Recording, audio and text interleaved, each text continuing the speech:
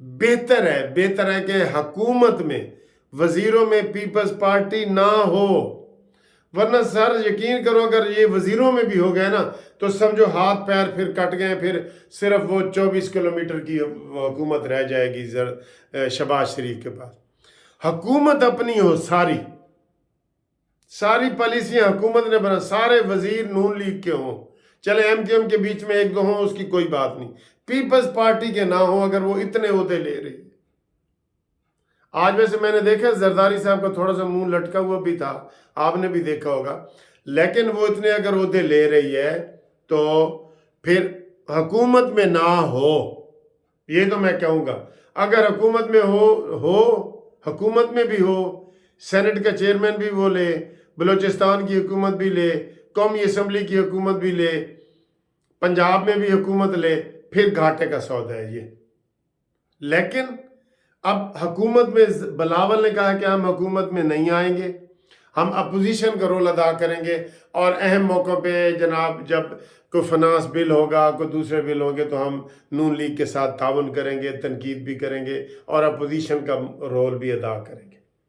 ابھی خیر اپوزیشن کے حوالے سے تو دیکھتے ہیں کہ وہ سب سے بڑی پارٹی تو پھر وہ شاید یہ جماعت اسلامی کے نام سے یا مجلس وحدت المسلمین کے نام سے وہ آزاد ارکان جو آئیں گے، شاید پھر وہ اپوزیشن میں تو وہ بیٹھیں گے، ٹھیک ہے۔ بہرحال مجھے یہ لگ رہا ہے، یہ سمجھ لیں کہ 60%، میں آپ کو نتیجہ بتا دیتا ہوں، 60% یہ معاہدہ اگر وزارتیں نہیں لیتے حکومت میں پیپلز پارٹی تو جیسے انہوں نے کہا ہے تو 60% نون لیگ کے حق میں ہے اور 40% پیپلز پارٹی کے حق میں۔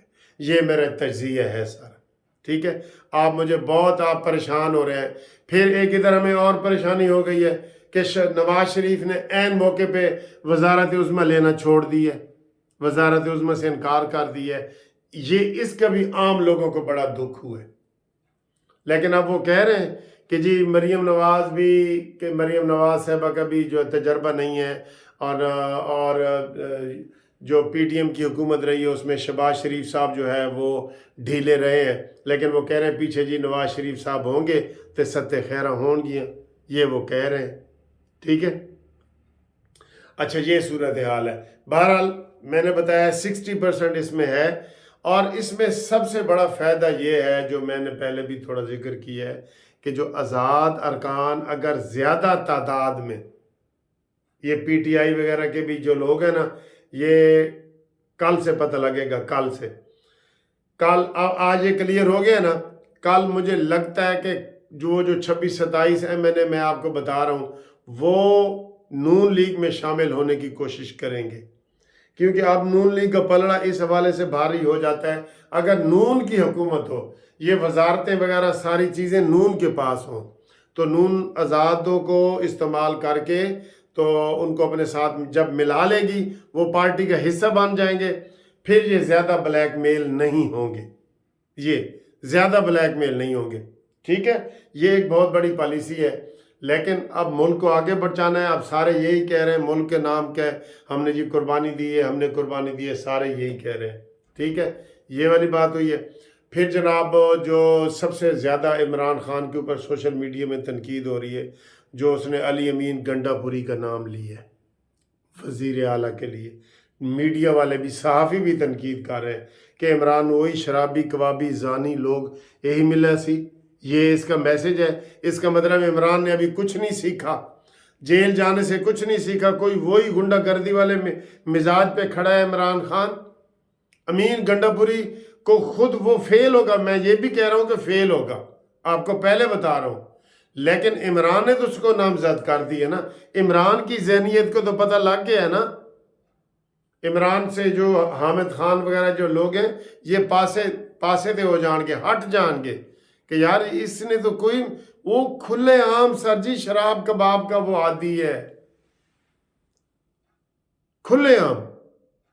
تو یہ مدینہ کی ریاست اور یہ کیا چیز ہے؟